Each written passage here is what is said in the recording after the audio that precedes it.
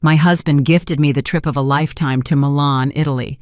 But the moment we landed at Washington Dulles International Airport, he swiped my passport and all my money, abandoning me alone on foreign soil so he could steal my entire fortune and run off with his mistress. He thought he'd leave me destitute. He was dead wrong. Before we start, please drop a comment letting us know where you're watching this video from. Your likes and subscriptions are a huge help in growing the channel and motivate us to bring you even more fascinating stories. The life of Zola Imani was the very picture of serenity and stability. As the heiress to an influential, prominent black family, Zola upheld values of poise and modesty, spending her days in a luxurious mansion nestled in Kalorama, Washington, D.C.'s most exclusive district. That house was not merely a residence. It was a cherished legacy from her late father. Her entire fortune, from her investment portfolios to her trust accounts holding hundreds of millions of dollars, was pure family inheritance. Zola didn't flaunt her wealth. On the contrary, she was known for her generosity and kind heart. However, this kindness often bordered on naivety. She viewed the world through a positive lens, genuinely believing that all people were inherently good. And at the center of her world was the man she loved more than anything, her husband, Kalen Hayes. In the eyes of anyone looking in, Kalen seemed the perfect gentleman, attractive, charismatic, and incredibly attentive. Every morning, Kalen made sure Zola started her day with a smile. He would brew her favorite hot tea, shower her with compliments, and listen with genuine interest to all her stories. For Zola, Kalen was the greatest blessing. She felt like the luckiest woman alive, deeply loved by the man she believed to be her protector. Zola entrusted Kalen with a significant part of her financial and administrative affairs, fully confident that her husband would manage everything perfectly. She had no idea that behind the warm smile and tender embraces, Kalen harbored a dark, calculating, and hidden agenda. One sunny afternoon, as Zola finished a quiet meditation session in her private home library, Kalen arrived earlier than usual. His face radiated an unusual excitement. He embraced her from behind, a gesture that always made her feel safe. "Baby, I have the biggest surprise of your life," Kalen whispered. Zola turned. Her elegant dress shifted slightly. Her calm eyes looked at him with curiosity. Kalen pulled out an envelope containing 2 airline tickets and hotel reservation documents. "We're going to the Amalfi Coast," Kalen exclaimed. Zola's eyes widened with unbelievable emotion. The Amalfi Coast, the Italian paradise she had always dreamed of visiting since childhood. "The Amalfi Coast? Seriously, my love?" Zola asked, her voice trembling, holding back tears of happiness. "Of course, my dear. I've arranged everything. Visas, a 5-star hotel, private excursions. You deserve all of this. You've been such an amazing wife to me. Consider it a small token of gratitude for all your patience and love." Zola couldn't speak more. She hugged her husband tightly, her tears dampening Kalen's shirt. She didn't realize that all the expenses for this luxurious trip had been paid for with her own unlimited black card, which she had completely entrusted to Kalen. To Zola, this was proof of her husband's infinite devotion. The preparations for their departure were quick and frantic. Zola was busy choosing which gowns to pack. She imagined herself walking along the historic coastal roads of Italy. While Zola was absorbed in her excitement, Kalen was immersed in the final phase of his wicked plan. 3 days before they were due to leave, Kalen approached Zola, who was organizing clothes in their bedroom. He was holding a thick stack of documents. His face held a slightly preoccupied expression, as if contemplating many important matters. "Honey, there are a few final administrative documents I need you to sign before we go," he said with a serious tone. Zola, completely enthused, nodded slightly. "What documents are they, my love?" "Just standard paperwork," Kalen replied convincingly. "This is our travel insurance, and these are some health forms for the embassy. And this is just a temporary power of attorney." Zola paused from folding her clothes. "A power of attorney?" Kalen reassured her with the smile that always melted her heart. It's just a formality, sweetheart, so that while we are both overseas, I can continue to manage our banking and assets in D.C. in case of an emergency. For example, an important bill payment might get flagged, or a sudden business issue could arise. Without this power, the bank could temporarily freeze the accounts while we're gone. It's only valid while we're traveling. The attorney said it's standard procedure for people traveling for a long time. Zola thought of Attorney Thurgood, her late father's trusted counsel. Attorney Thurgood had always cautioned her never to sign any document without reading it thoroughly. But this time, the request came from Kaylin, her husband, whom she trusted with her entire soul and body. To doubt him felt like a betrayal. "All right, show me where to sign." Kaylin quickly flipped through the pages of the documents, pointing directly to the dotted line at the bottom of each one. Here, here, and here. Zola took the pen and, without reading a single word of the paper's contents, signed. She didn't know she had just signed an absolute, falsified power of attorney granting Kaylin full authority to sell, transfer, and liquidate all assets in her name, including this very luxurious home. The day of departure arrived. They flew in business class, enjoying every luxury. Zola felt like a queen. Throughout the journey, she didn't stop thanking him. She gazed out the window at the white clouds spread beneath the blue sky. Her heart was light and happy. Kaylin took her hand and squeezed it tightly. Zola turned to her husband and smiled. "Thank you, baby. This truly is a dream," Zola said with sincerity. Kaylin returned the smile, but his eyes looked at her differently. "This is going to be the best trip of our lives, honey. I promise you," he said. Zola rested her head on Kaylin's shoulder and closed her eyes in peace. If she had looked closer, she would have noticed the look in Kaylin's eyes at that moment, a vacant, cold, and calculated stare. The gaze of a predator right before it pounces on its prey. The plane landed smoothly at Washington Dulles International Airport, IAD. As the aircraft doors opened, a slightly chilly but clear air greeted them, and Zola felt an enormous sense of anticipation. Her heart pounded fast. Finally, she was stepping onto the first stop of her dream vacation. She held tightly to Kaylin's arm as they walked through the airport's long corridors. The sound of announcements in languages she didn't understand, the people coming and going, speaking various tongues, the unfamiliar signs, all of it made her feel slightly dizzy, but also fascinated. She felt small but safe because Kaylin was by her side. She relied completely on her husband, who seemed calm and competent in the situation. They passed through immigration control without any issues. Kaylin, who held both their passports, chatted with the officer in fluent English. Zola simply smiled politely next to him. Then they headed to the baggage claim area. 2 large black suitcases and an additional duffel bag with Zola's personal items appeared on the conveyor belt. Kaylin quickly collected everything and loaded it onto a luggage cart. "Okay, that's everything. Now let's find a cab to the hotel," Kaylin said.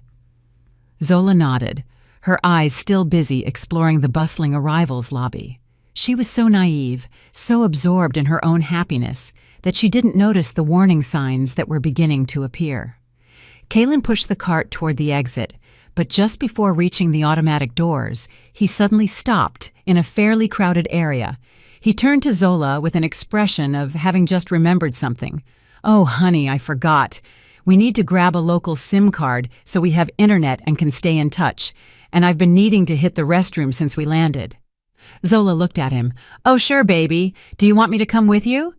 Kaylin quickly shook his head. "No, you wait here with these bags. I'll be quick and come right back.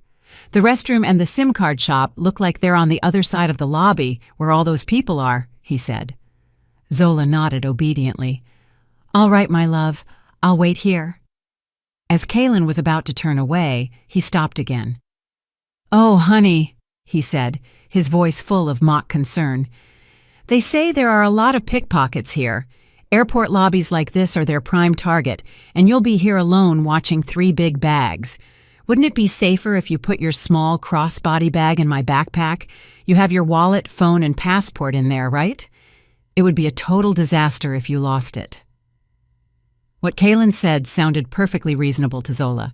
She felt a bit overwhelmed watching 3 large suitcases alone in a busy place. Without much thought, Zola removed her small crossbody bag, the bag that contained her entire identity and lifelines, her passport, wallet with credit cards and some cash, and her cell phone. She handed it to Kalen. Kalen quickly tucked it inside the large backpack he was wearing. "Good, that's safer this way. I'll be back in a moment. Don't move from this spot," Kalen said. He gave her a quick kiss on the forehead, turned, and walked away quickly, disappearing into the crowd. 5 minutes passed. Zola waited patiently. She watched the newly arrived passengers, imagining the stories behind each face. 10 minutes. She started to feel slightly restless. She adjusted her dress, which felt like it had twisted a little. 15 minutes. A SIM card and the restroom couldn't take that long. Zola looked toward the direction Kalen had pointed earlier. There were no signs of her husband returning. 20 minutes. Her heart started beating a little faster. She tried to calm herself, thinking the line must be very long. 30 minutes. Zola's feet started to ache. Her excitement turned into anxiety.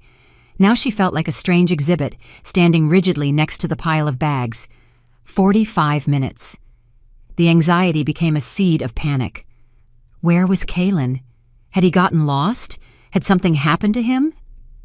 Zola wanted to move and look for him, but she couldn't leave 3 large suitcases alone. She had no phone to contact him. She had nothing. 1 hour. Zola was on the verge of tears. People around her constantly came and went, but she remained there, immobile as a statue. She realized a terrible truth. She was alone, completely alone in a foreign country, without a single cent, without identification documents, and without a phone. And most frighteningly, she didn't speak a word of Italian.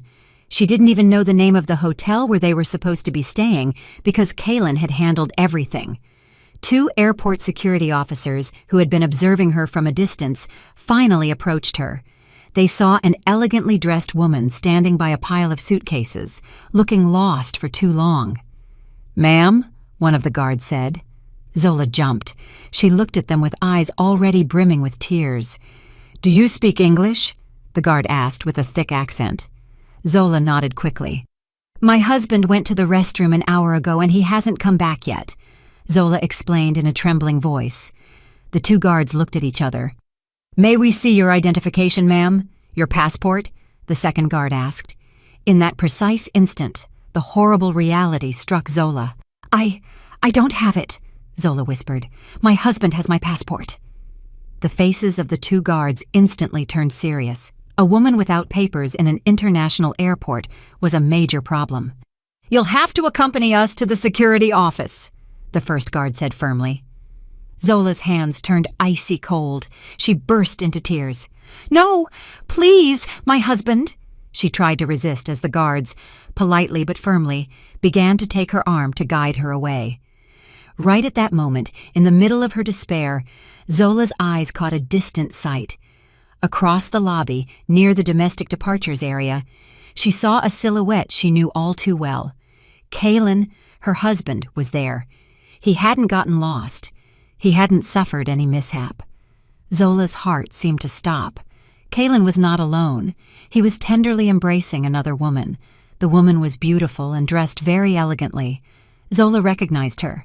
Serafina Jones, the woman Kalen had introduced as a distant cousin or a colleague at a corporate event. The 2 looked incredibly happy. They were laughing together as each pulled their small carry-on bag. They didn't look like separated or distressed people at all. They looked like a couple about to begin a romantic vacation. Zola watched them walk calmly toward a departure gate with a sign that read, Amalfi Coast Transfer. Kalen didn't look back even once. He didn't turn to check on his wife, who was now being led away by guards, abandoned thousands of miles from her home, with nothing but the clothes on her back. Zola's world collapsed in an instant. The image of Kalen embracing Serafina and walking away, smiling and carefree toward the flight to the Amalfi Coast, was like a knife tearing apart the last vestiges of trust and love left in her heart. This hadn't been an accident. It wasn't a misunderstanding. It was a perfectly executed plan. Her husband, the man she believed to be her protector, was the architect of her ruin. A bone-chilling cold, much colder than the marble floor, enveloped her. The security officers, who were now holding her arm, felt like her only anchor to reality. Her tears dried, replaced by a terrifyingly empty gaze. She didn't resist as they led her to a small room within the airport security office. The room was sterile and smelled of disinfectant. A senior officer sat opposite her, looking at her with a mix of suspicion and compassion. "Ma'am," he said in slightly awkward English, "you have no passport, no ID. This is a very serious matter in the United States. We can't just let you go." Zola swallowed. Her throat was dry as a desert. I am an American citizen. My husband took my passport. He abandoned me." The officer sighed. They had heard stories like this often: couples' arguments, partners fighting, and one runs off with the documents. "We will try to contact your husband. Did he say he was going to the Amalfi Coast?" he asked. Zola shook her head. "He won't answer. He did this on purpose." The horrible reality struck her again. Kaylin had planned everything. He wanted her to be detained, deported, or worse, disappear without a trace in a foreign country. For hours, Zola remained seated in that room. Hunger, exhaustion, and jet lag mingled with a dense despair. Every minute felt like an hour. She was alone. She didn't know anyone on the entire continent. She had no one to call. All her friends' contacts were on her phone, which Kaylin now had.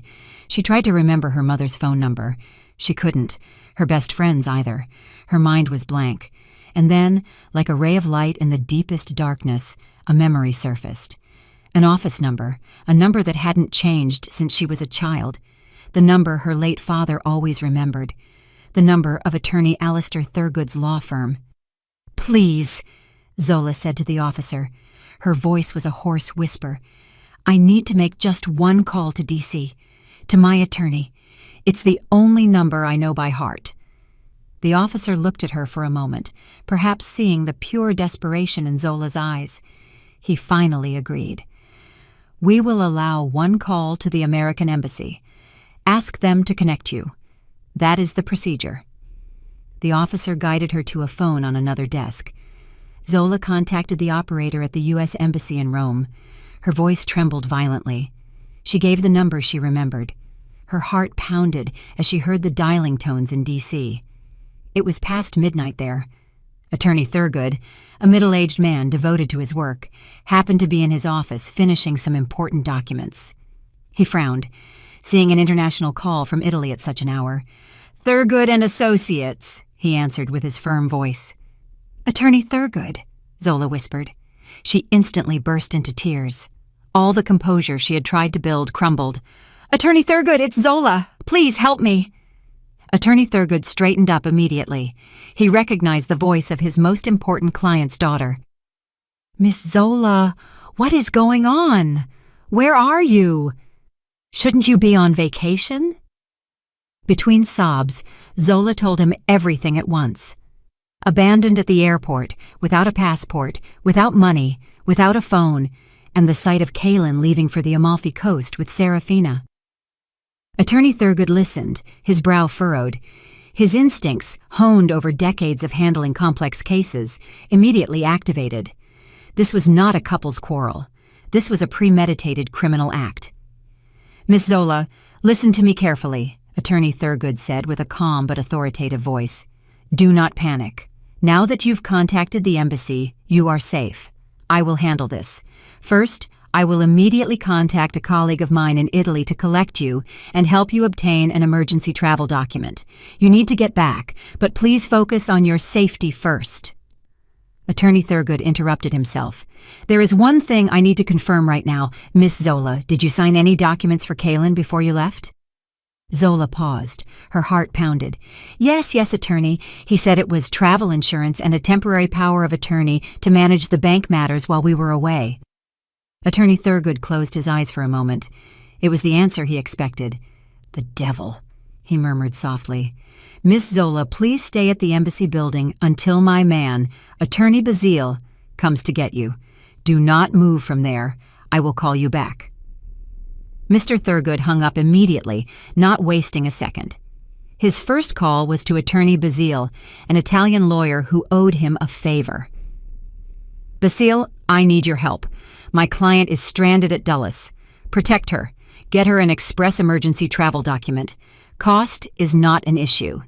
His second call was to his personal assistant in D.C., waking him up in the middle of the night. "Kai, get to my office right now. Open my personal safe. Retrieve all copies of the assets in Miss Zola's name, and call our contact at the Federal Reserve Bank of New York. I suspect there's about to be a massive attempt to compromise the accounts." While Zola was being moved to a more comfortable waiting room by embassy staff on the other side of the world, Attorney Thurgood and his team moved quickly. Just as he expected, in less than an hour, they uncovered what they feared. Kalin, using the power of attorney Zola had just signed, had initiated the process to sell Zola's luxurious home to a shell company he already had lined up. He was also in the process of transferring large sums of money from Zola's savings accounts to a new offshore account in his name. He hadn't just abandoned her, he was uprooting her entire fortune. "Block it," Attorney Thurgood ordered his team. "Contact all the banks. Declare the power of attorney null and void as having been obtained by fraud. File a report with the FBI Financial Crimes Unit. Immediately, freeze all assets in both Zola and Kalin's names." Attorney Thurgood called Zola back in Italy, who was now with the efficient Attorney Bazile. "Miss Zola, you need to be strong," Attorney Thurgood said with a serious voice. "My suspicions were correct. Kalin was not just trying to get rid of you. He was trying to steal your father's entire inheritance. He wanted you to return to the States as a pauper." Zola felt a surge of nausea. The betrayal was so deep, so total. Kalin didn't just hate her, he wanted to destroy her. "But his plan has failed," Attorney Thurgood continued. "We managed to freeze everything. Your house is safe. Your money is safe. He can no longer touch it." Zola sank weakly into the chair. She was saved, but shattered. "Now," Attorney Thurgood said again, "Attorney Bazile will handle your paperwork. It will take 1 or 2 days. Afterward, you will return immediately. We need you to get home before Kalin does." Zola looked at Attorney Bazile, a middle-aged Italian man who looked at her with compassionate eyes. And then she looked at her own hands, which were still trembling. Something inside her broke and hardened. The naive woman who had cried with joy upon receiving the tickets to Italy had died in the airport lobby. The woman sitting here now was different, someone who had stared into hell. "Understood, Attorney," Zola replied. Her voice was changed. It no longer trembled from crying. It was cold with an icy fury. "Get me home. I'll be waiting for him in my house." While Zola was going through her hell in Italy, Kalin and Serafina were in their own artificial paradise. After landing in Naples, they immediately took a private water taxi Kalin had booked. They laughed and embraced as they sailed along the Grand Canal, with the ancient buildings of the Amalfi Coast passing by. Serafina, a materialistic and beautiful woman, leaned on Kalin's shoulder. Her eyes sparkled with the luxury surrounding her. "This is incredible, baby. I can't believe we pulled it off," she sighed. Kalin smiled with satisfaction. He felt like a god. His plan had executed perfectly. "Of course we pulled it off, babe. What did I tell you? Intelligence beats everything, and Zola is a fool. Too foolish because of her own goodness." They arrived at a luxurious 5-star hotel with direct views of the lagoon. Their suite was the most expensive one. As soon as they entered, Serafina ran to the balcony and opened her arms as if wanting to embrace the entire city. Kalin opened a bottle of expensive champagne from the minibar. The cost, of course, would be charged to Zola's unlimited black card. He poured 2 glasses and brought them to Serafina on the balcony. "To us," Kalin toasted. Their glasses clinked. "To us," Serafina replied. "And to the end of that boring woman. I'm so glad we got rid of her forever. What do you think will happen to her now?" Serafina asked, sipping her champagne. She's alone in D.C. without anything. What do you think she'll do? Kaylin laughed scornfully. What can she do? At most, cry in the airport. Then the officials will detain her. She doesn't speak Italian. She doesn't know anyone. She'll be deported as an illegal immigrant or end up in some social services center. It will take weeks, if not months. Serafina smiled. And meanwhile, Kaylin interrupted with a cunning smile, I'll play the role of the distraught husband. I'll call the embassy in Italy to falsely report her missing. I'll cry. Meanwhile, back in D.C., the power of attorney she signed will be doing its work. My lawyer is in the process of selling her house. All her money is being transferred to a secret account I set up in the Cayman Islands. By the time we return in 3 days, everything will be over. We'll be multi-millionaires. Serafina hugged him tightly. You're a genius, my love. I love you. I love you too, Kaylin replied, but his eyes were looking at the Amalfi Coast horizon. His mind was on the piles of money. Love had nothing to do with this.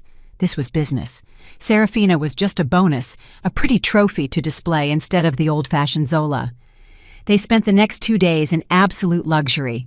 They shopped compulsively at designer boutiques. Serafina bought bags, shoes, and jewelry so expensive they could have purchased a luxury sports car.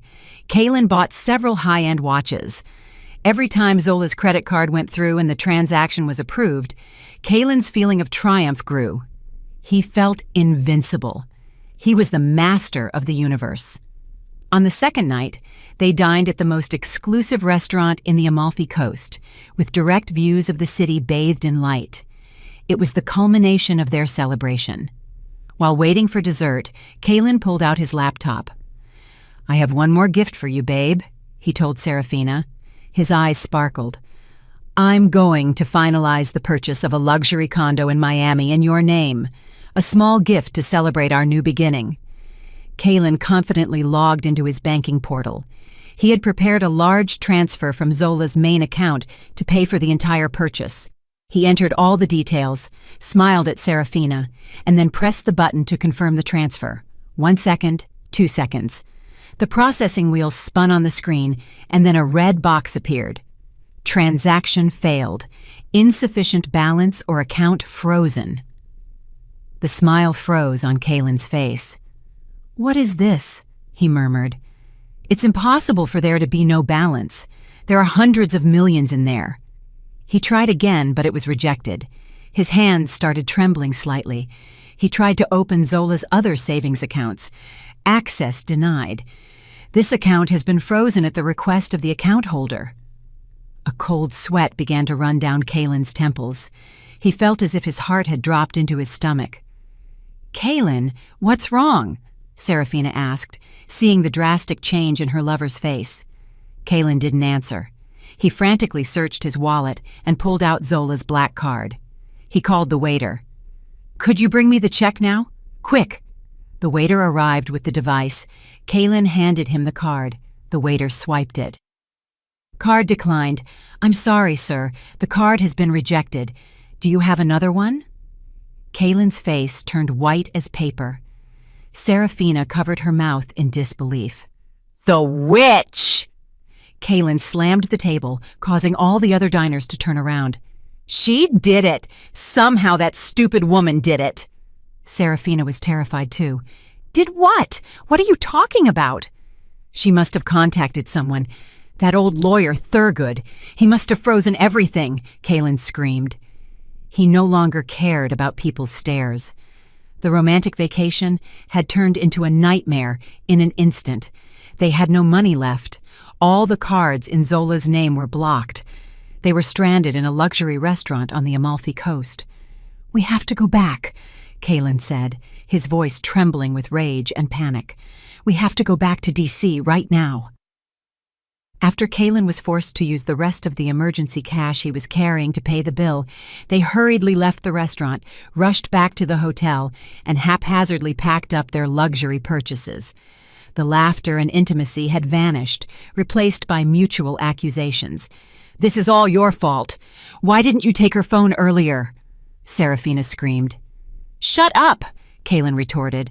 "Think about how we're going to get back." They barely managed to buy the cheapest tickets for the first flight to D.C. with the money they had left.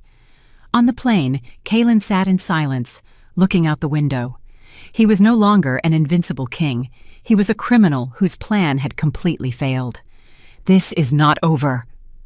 Rage now replaced his panic. "Wait for it, Zola," he whispered into the darkness behind the window. "You think you can beat me? You think you can take back that house? When I get to D.C., you'll regret the day you were born." He had no idea that the house he was heading to was being prepared to receive him in a way he didn't expect, nor that Zola, with an emergency travel document in hand, was already on another plane flying ahead of him. Attorney Bazile was a true professional. The tall, neatly dressed Italian man worked silently and efficiently. He didn't ask many questions. It was clear that Attorney Thurgood had already explained the big picture. In less than 36 hours, a seemingly record time, Attorney Bazile managed to process all the emergency documentation. He took Zola to the embassy for the interview and photos, and the next day, the pale green emergency travel document was in Zola's hands. It felt heavy, not from the weight of the paper, but from the weight of the reality it symbolized. It was her ticket back home and, at the same time, a monument to her husband's treachery. While they waited, Attorney Bazile ensured Zola was safely accommodated in an embassy-affiliated residence. She wasn't alone, but she felt more alone than she ever had in her life. In that simple, clean residence room, Zola finally had time to think. During those 36 hours, she didn't cry again. The shock and despair she had felt at the airport had crystallized into something more. Something cold, hard, and heavy had settled in her chest. It was rage, pure, icy rage. She replayed all the memories with Kaylin in her mind, his smiles, his kindness, his words of love. Now she saw everything with new eyes. It had all been fake. Every embrace, a lie. Every compliment, a manipulation. The man she had married had never existed. There was only a ruthless predator who had set his sights on her, perhaps from the moment they met. She remembered how a business partner of her late father had introduced her to Kaylin. Kaylin had been so charming, so polished. She remembered how quickly he had won over her mother, how he had captivated everyone. She remembered how Kaylin looked at her with adoration, making her feel like the only woman in the world. It had all been an act, a long performance with a single purpose, her inheritance. She remembered Serafina, introduced as a distant cousin at a dinner party. Zola recalled feeling a pang of jealousy then, seeing Kaylin laugh with her. But Kaylin had reassured her. "She's like a little sister to me, honey. Don't be silly. A sister." That lie now felt so dirty in her mind. The betrayal wasn't just about the money, it was about her very being. Kaylin had taken her innocence and her trust and trampled them under his boots. He hadn't just tried to rob her. He had wanted to eliminate her. Leaving her as a destitute woman in a foreign country without identification was a slow death sentence. He wanted her to disappear so he could celebrate freely over the ruins of her life. Zola's jaw tightened at the thought. No, she wouldn't allow that to happen. She wouldn't give Kaylin the satisfaction of seeing her broken. The naive woman who had flown to Italy with dreams in her eyes had died at Dulles.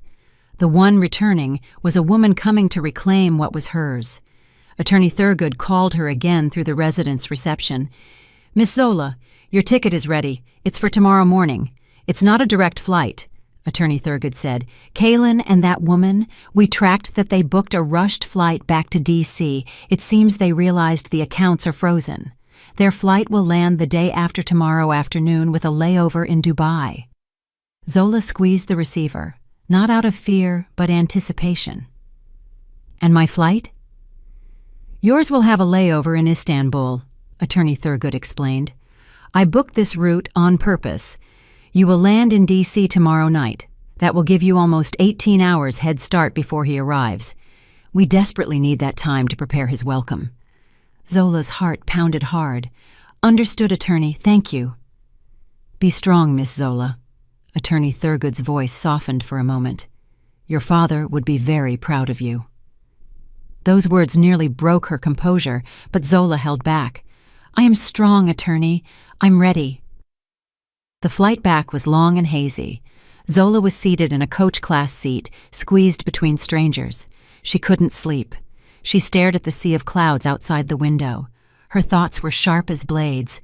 She was no longer a victim. She was a hunter. She thought of her house, the house her father built, the house where she grew up, the house Kaylin tried to steal from her. She would not surrender it. When the plane finally landed at Dulles International, the smell of D.C. was different. The damp, familiar night air felt like a slap across the face, but this time it was a slap that woke her up. She was no longer dizzy or fascinated. She was focused. She passed through immigration control using her emergency travel document. It was a process that took a little longer, as the agent had to perform additional checks. But Attorney Thurgood had already anticipated it. An official note faxed from his law firm to the airport authorities expedited everything. When she walked into the arrivals hall, she didn't look around. Her eyes went straight to a man in a suit holding a small sign that read, "Client of Attorney Thurgood." The man, Attorney Thurgood's assistant, didn't speak much. He nodded politely, took the small carry-on bag Attorney Basil had lent her, and guided Zola to a waiting black sedan in the luxury pickup area. He was the only person who met her. There were no hugs or tears, just efficient silence. In the car, she simply looked out the window. The night streets of D.C., which had once seemed comforting, now felt like a battleground. "Directly to your residence, ma'am?" the chauffeur asked quietly. Zola closed her eyes for a moment, gathering all her strength. "Yes, please. We're going home." As the car raced through the night, Zola knew what she had to do. She would not rest. The war was about to begin, and she fully intended to win it. The black sedan smoothly passed through the gate of the exclusive community where Zola lived. Her heart beat a little faster as she saw her house looming before her. It looked dark and silent, exactly as she had left it 3 days ago. 3 days that felt like 30 years. The chauffeur opened her door. "Attorney Thurgood is waiting for you inside, ma'am," he said quietly. Zola nodded, stepped out of the car, and took a deep breath. The night air felt heavy. She walked up the stone pathway leading to the main door. She didn't need a key. The door opened as she approached. Attorney Thurgood was standing in the doorway. His face looked tired but determined. Despite his nearly 60 years, the man still radiated an aura of strong authority. "Welcome back, Miss Zola," he said formally, but his eyes conveyed genuine relief. "Come in, we don't have much time." Zola entered her own home. It felt strange. Everything was exactly the same: the subtle scent of lilies, the large painting in the hallway, the cold marble floor. But to Zola, the house felt alien. It was no longer a safe haven. It was a fortress she had to defend. She followed Attorney Thurgood into the spacious home office, which she normally barely entered. The room had been transformed into a command center. There were 3 other people she didn't know there. "Miss Zola, allow me to introduce you," Attorney Thurgood said. "This is Mr. Torres, the country's top forensic auditor, and his team. And this is Agent Delgado from the FBI Financial Crimes Unit and his colleague." Zola nodded stiffly at them. Agent Delgado, a burly man with a piercing gaze, stepped forward. "Ma'am, I am very sorry for what you've been through, but I can't help but admire your composure. We are here to ensure justice is served." Mr. Torres, a bespectacled man who looked like an academic, pointed to his laptop screen, which showed complex diagrams.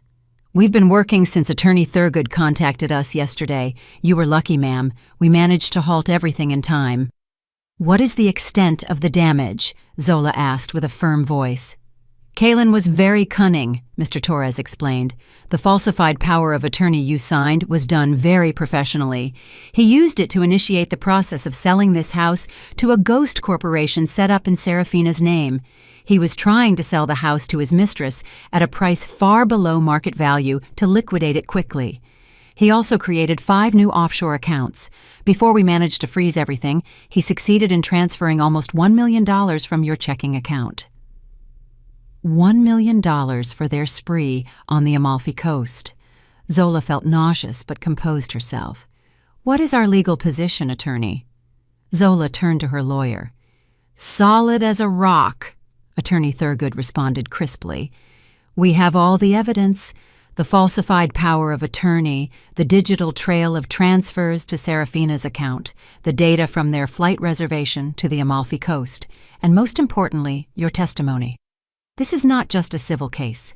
It is a pure criminal offense, premeditated fraud, document forgery, money laundering, and what I will argue in court, attempted homicide by abandonment with risk to life." Agent Delgado nodded in agreement. "The digital evidence is compelling, but what we need now is the final nail in his coffin. We want to arrest him in the act. When he walks into this house, he will still think his plan has succeeded. He'll be panicked about the account freeze, but he will still believe he has control of this house." "What is the plan?" Zola asked. "We will be here when he arrives," Agent Delgado said. "We've installed several hidden cameras and audio recording devices in the living room and the hall.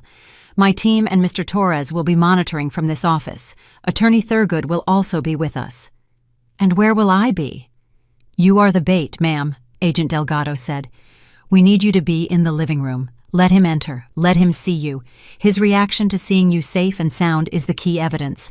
Let him talk, whether he threatens, pleads, whatever. Let him incriminate himself. As soon as he exposes himself enough, or attempts any physical action, we will immediately come out and arrest him." Zola looked into Agent Delgado's eyes. To be the bait. To sit in the same room as the man who tried to destroy her, the man she loved blindly. "He will arrive tomorrow around 4 o'clock in the afternoon," Attorney Thurgood said. "His keys still work. We haven't changed the locks on the doors or the gate on purpose. Let him walk in as if it were still his house. He needs to feel comfortable before we bring him down." Zola nodded slowly. "All right, I'll do it." That night, Zola did not sleep in her master bedroom. The room she had shared with Kaylin filled her with disgust. She slept in the downstairs guest room. She didn't really sleep. It was more a state of closing her eyes and gathering strength.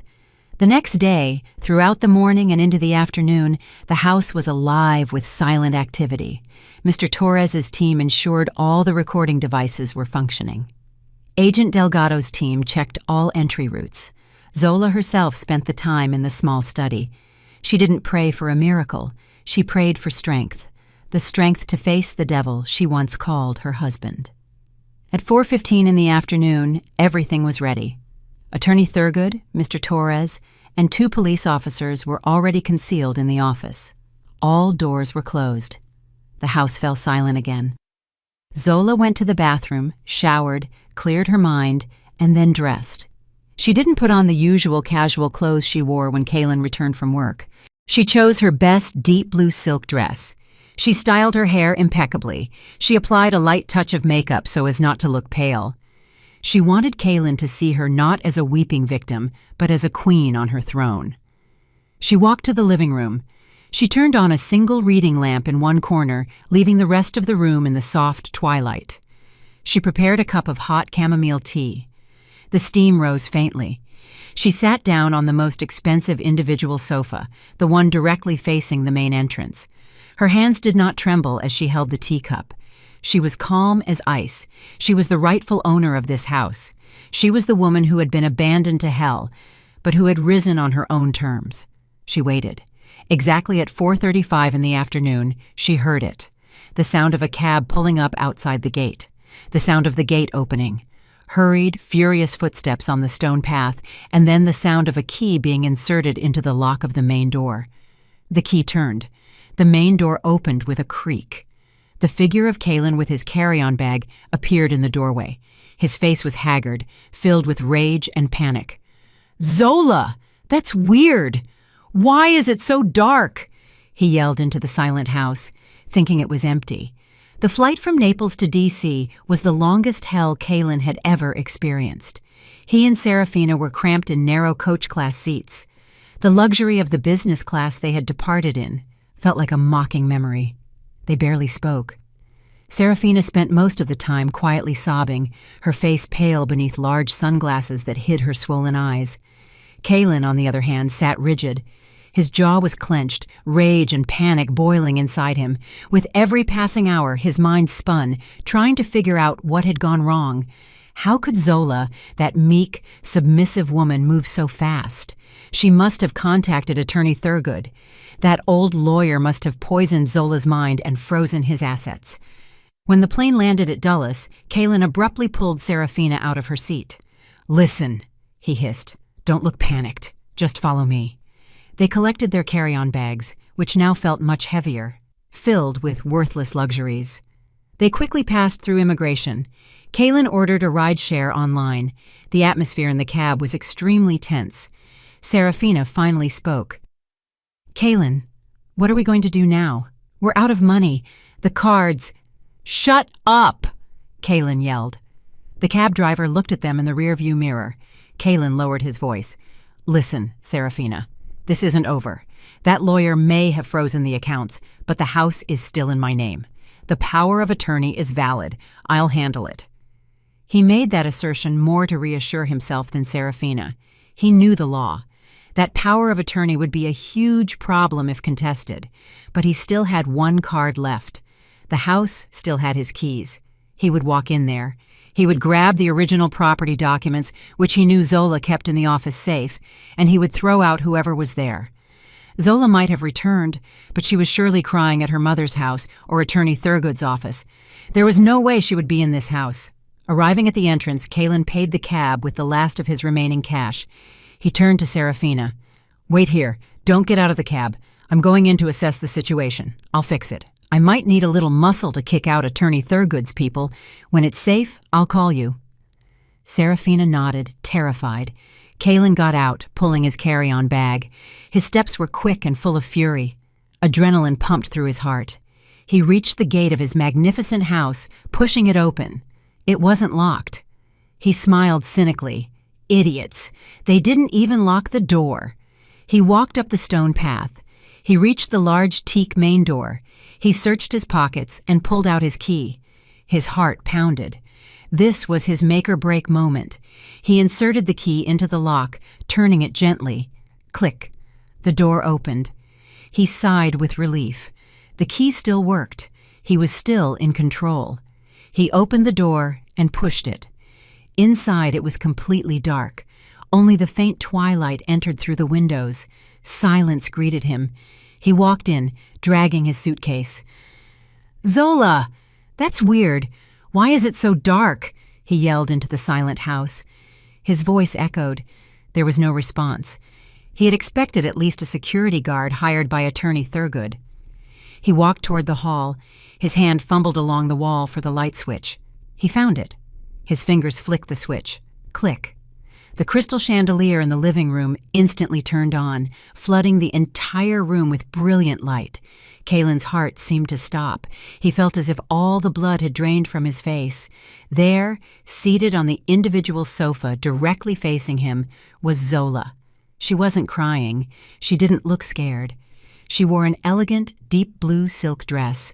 Her hair was impeccable. In her hands, she held a teacup from which faint steam still rose. She was looking at him with a calm smile, the most terrifying smile Kalen had ever seen. The carry-on bag slipped from Kalen's hand, crashing loudly onto the marble floor. "No." His voice was a choked whisper. He staggered backward. His eyes were wide with terror. "This is impossible. It's a hallucination. It must be the exhaustion." "It's not impossible," he said louder. You... Zola raised her teacup and slowly took a sip, never taking her eyes off her husband's pale face. "You should be in Italy," Kalen said, his voice now trembling between rage and fear. "How can you be here?" He pointed a shaking finger at her. "Who are you? You must be a ghost." Zola let out a small laugh. It was a pleasant sound, but to Kalen's ears it sounded like the bells of death. "I'm not a ghost, honey," she said softly. "I'm just your wife whom you abandoned to die in a foreign country." The reality hit Kaylin like a freight train. She was real. She was here. She was back. His plan had not only failed, but had backfired completely. He was trapped. "Zola!" he yelled, trying to take control of the situation with rage. "What is all this? How dare you freeze all my accounts? Who do you think you are?" "Who do I think I am?" Zola asked, still frigidly. "I am the owner of this house, the owner of all the money you spent on your spree on the Amalfi Coast, and the owner of the money you used to buy all the things you have in that suitcase." Zola placed the teacup on the table. She rose slowly. It was an elegant movement, like a lioness observing her wounded prey. "Ah, you're back?" she said, mimicking the sweet voice she used to use. "Come on in. Don't stand there in the doorway," she smiled again, "because I have another wonderful surprise for you." Zola's words hung in the air. Surprise. Kaylin's mind was still struggling to process the impossibility of the situation. He remained standing in the hall, his feet seemingly glued to the floor. "What other surprise? You took everything. You ruined my plan." "Your plan, Kaylin?" She arched an eyebrow. "The plan to abandon me like trash? The plan to steal everything I own and live happily with that woman?" Now cornered and terrified, Kaylin lost all remaining control. His charismatic mask peeled away, revealing his true face, filled with hatred. "Yes, my plan," he shouted, his voice echoing in the silent house. "A plan that took me months to prepare and that you ruined. You were supposed to still be in Italy. I left you there. I left you at the airport with nothing. You were supposed to be a pauper. You should never have been able to return." Unknowingly, he had released his full confession, a loud, clear confession, recorded by all the hidden microphones that had been installed. Zola smiled. It was a smile of triumph. "Thank you, Kaylin. Your confession has been very clear." Kaylin froze. "Confession? What are you talking about?" "My first gift," Zola said, her voice now cold and flat again. She tilted her head slightly toward the closed office door. "Is them." In that precise instant, the office door opened. The first figure Kaylin saw was Attorney Thurgood, standing tall and straight in his immaculate suit. His face showed a cold satisfaction.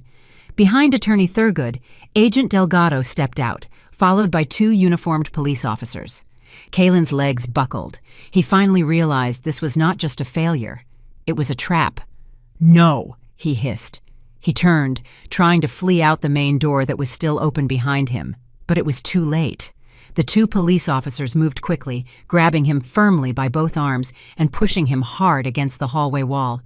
"Let me go! Let me go! Zola, what are you doing to me?"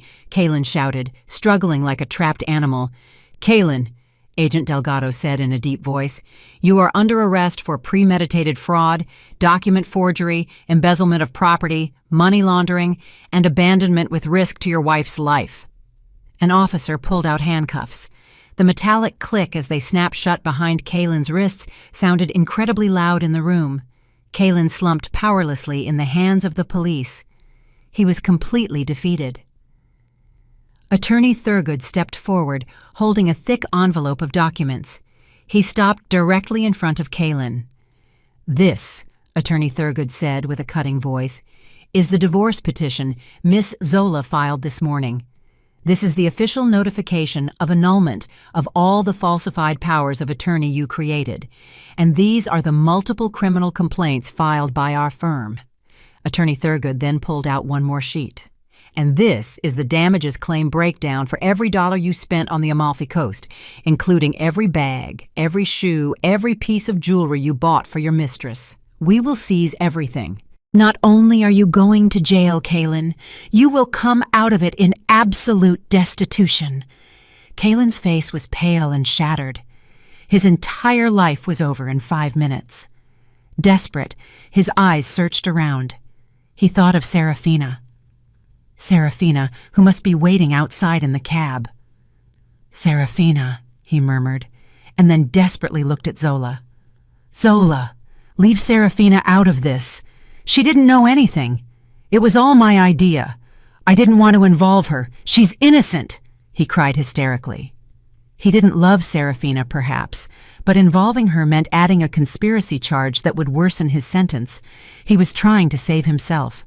Zola, who had quietly observed the entire arrest from the living room, slowly approached him. She stopped a few feet away from Kaylin, who was now handcuffed and weakly kneeling.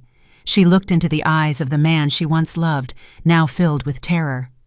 "Ah, Serafina," she said, feigning surprise. "You still care about her?" Zola smiled, the smile that now seemed so horrifying to Kaylin. "Of course I haven't forgotten about her." She pointed toward the large living room window that overlooked the front yard. "Look outside there. My second gift is out there. Look closely." Kaylin, still held firmly by the two police officers, was forced to turn his head. Agent Delgado signaled, and one of the officers slightly moved Kaylin's body so he could clearly see through the living room window. The large window offered a very clear view of the street in front of the house. The cab that had brought Kaylin and Serafina was still parked there. The engine was running, but Serafina was no longer sitting quietly inside. The rear passenger door was wide open. Serafina was being forcefully removed from the cab by two female police officers. Another patrol car that had been discreetly parked at the end of the street the whole time now had its blue lights spinning, bathing the street in a sinister glow. Serafina was completely hysterical. Unlike Kaylin, who had been paralyzed by shock, Serafina burst into screams and sobs of terror. Her sunglasses had fallen off, revealing her swollen eyes beneath smudged makeup. "Let me go!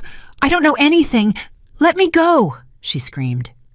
The cab driver, his face pale, stood next to his vehicle, appearing to explain to another officer that he hadn't been paid the fare yet. The moment Serafina was pulled from the cab, her terrified eyes caught a shadow in the house window. She saw Kaylin, handcuffed inside the house, looking at her. That moment shattered any remaining loyalty or love she might have had. She realized she had been sacrificed. "Kaylin!" Her sharp voice cut through the afternoon silence. "You said the plan was safe. You said that woman couldn't return. You set me up. This was all your idea. I don't want to go to jail. You're a con artist. You told me you loved me." Serafina's confession, filled with rage and fear, confirmed her total involvement as an accomplice. She was not a victim. She was a conspirator. The screams were clearly heard inside the living room, and Agent Delgado nodded with satisfaction. Another perfect recording proof. Seeing Serafina hysterically accusing him, pointing him out as the mastermind of the crime, was the second blow for Kaylin. He had lost his fortune, and now he had lost his only ally. He had no one left. His entire world, built on lies, collapsed upon him. He slumped into the hands of the police. His body trembled violently. He was now just a pathetic, defeated man. He closed his eyes. He couldn't bear the sight outside anymore. He couldn't bear Zola's face anymore. He just wanted it all to end. But Zola was not done yet. "She will also be judged with you, honey." Zola's calm voice cut the air, forcing him to open his eyes. "She will testify about everything you two did on the Amalfi Coast. She will tell how you laughed, imagining me as a pauper in D.C. You will enjoy the fruits of your labor in separate cells." Kaylin shook his head. "Zola, please stop. I've lost," he whispered. The tears of humiliating defeat finally ran down his cheeks. "Lost?" Zola stepped closer and stood directly in front of Kaylin, now kneeling, handcuffed, and crying. There was no longer any compassion in her heart, only cold contempt. "You think this is the end? You think jail is your worst punishment?" Kaylin raised his head. His red eyes looked at Zola with confusion. "What else? What could be worse than this?" "And my final gift," Zola whispered, as if sharing a sweet secret. "You were so obsessed with stealing my money. You focused so much on my fortune that you forgot about your own problems. You forgot that your own business was on the verge of bankruptcy. You forgot about the debts you had everywhere." Kaylin's face turned even paler, if that was possible. She was right. He had used the rest of Zola's money before the accounts were frozen, not just for the vacation, but to cover a mountain of business debts and maintain his facade as a successful entrepreneur. While I was flying back from Italy, Zola continued, her voice sharp as an ice blade, Attorney Thurgood wasn't just preparing this welcome party. He tasked his team of auditors with tracking all your finances, and they found something very interesting. Attorney Thurgood stepped forward as if on cue. Our team discovered that Mr. Kalin owed millions of dollars to dozens of small creditors and lenders. He offered the remnants of his worthless company stock as collateral. When you vanished and could not be contacted, they all panicked, Attorney Thurgood said in a monotone voice. What does that mean? Kalin asked with a trembling voice. Zola smiled, her last smile of the night, the smile that would haunt Kalin's nightmares for the rest of his life. It means, Zola said, that my attorney has spent the last 2 days buying up all those debts. He paid off all your creditors, all your promissory notes, all your business collateral, all your corporate failures. Zola leaned in slightly, staring into Kalin's eyes. They are now mine. I have become your owner. The realization hit Kalin harder than the handcuffs. This was a punishment more cruel than prison. Jail would eventually end. But when you get out of jail, Zola whispered, whether it's in 10, 15, or 20 years, you won't walk out a free man. You will walk out not only bankrupt, but with a debt of millions that will continue to accrue interest. And the creditor is me. This was the true end. He would never be free. Zola had financially shackled him for life. He would spend the rest of his days paying the woman he tried to destroy. The burden was too heavy. Kalin's sanity could no longer bear it. He didn't faint. He broke. An inhuman sound came from his throat, a long scream of terror, despair, and madness. He thrashed, not to escape, but in a fit of mental collapse. No, no, Zola, please, Agent Delgado signaled. Get him out of here. The police officers dragged Kalin's now half-mad body out of the house. The screams continued to echo on the street until they were finally muffled by the slam of a patrol car door. The house finally fell silent again. Zola was alone in the middle of her magnificent living room. She looked at her now cold teacup. She had won. 6 months passed. The seasons changed, and so did Zola's life. Kalin and Serafina's trial made national headlines. The scandal of the husband who abandoned his wife abroad to steal her fortune was a juicy bite for the press. But Attorney Thurgood, with his professionalism, managed to protect Zola's privacy. The trial was relatively quick. The evidence was irrefutable. The audio and video recordings from the night she welcomed Kalin home were the final nail in his coffin. In them, Kalin clearly admitted his actions, from the abandonment at the airport to his intention to seize her assets. Kalin received the maximum sentence.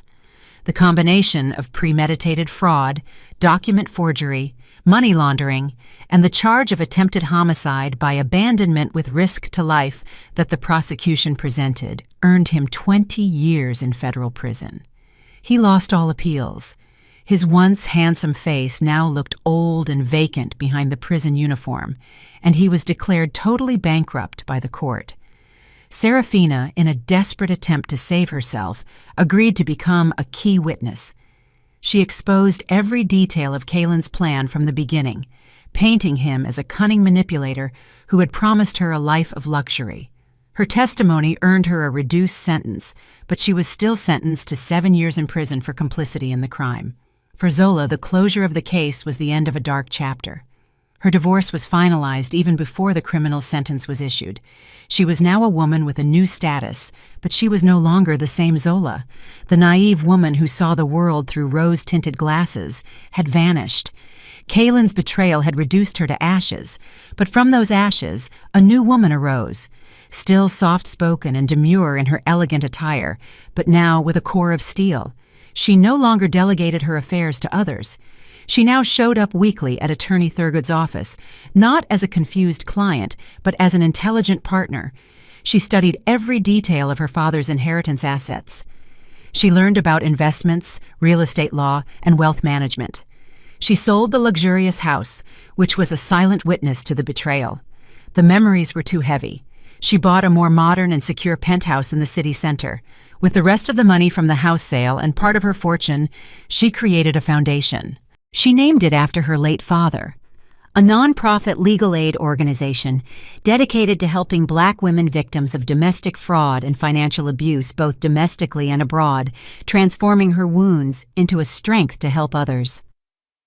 One sunny morning, 1 year after the incident, Zola appeared at Washington Dulles International Airport. She was alone, pushing her own cart, looking calm and serene. She no longer walked with hesitation. Her steps were firm and confident. She wore simple but elegant clothes. She paused for a moment in front of the departure screens. She scanned the list of cities worldwide, and then her gaze settled on her destination. It wasn't Italy. It wasn't the Amalfi Coast. She had chosen a destination by herself. For herself. A flight to Istanbul. Turkey. A trip she had planned all alone, just for her. She walked up to the business class check-in counter. She handed over her new, still pristine passport. The clerk smiled kindly, and Zola returned the smile. Her smile was different. It was no longer the smile of a naive wife awaiting happiness to be given to her by another. It was the smile of a complete woman, a woman who had faced her demons and won, a woman who had reclaimed her own destiny. After checking in, she walked calmly to the VIP lounge. She passed through thousands of people coming and going. She no longer felt small or intimidated in the crowd. She was her own world. She sat down next to a large window, watching the planes take off. She opened her phone, not to wait for news from a husband, but to check one last email from her foundation. She was free, she was stronger, and she was ready to begin her new dawn. Did you like the story, and which city are you listening from? Let's meet in the comments. If you like the story, you can support me by sending a super thanks so I can keep bringing more stories like this. Thank you so much for your sweet support. I'm looking forward to your comments on the story. On the screen, you can see 2 new life stories that I highly recommend. There's so much more on my channel. Don't forget to subscribe. See you in the next life story, with love and respect.